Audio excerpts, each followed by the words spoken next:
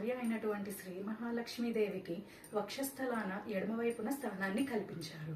అదేవిధంగా మహాదేవుడు తన అర్ధాంగి అయినటువంటి పార్వతీదేవికి కూడా తన శరీరంలోని అర్ధభాగాన్ని పంచారు.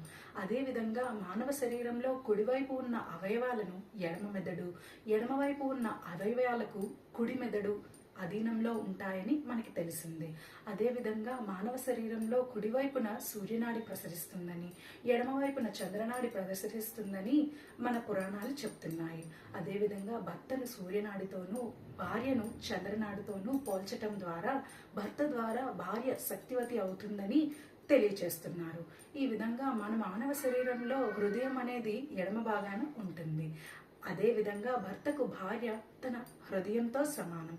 కావున భర్త చేసే ప్రతి పనిలోనూ అనగా హోమాలు, యజ్ఞాలు మరియు దాన ధర్మాలలో భార్య ఎల్లవేళలా ఎడమ వైపున ఉండవలెను.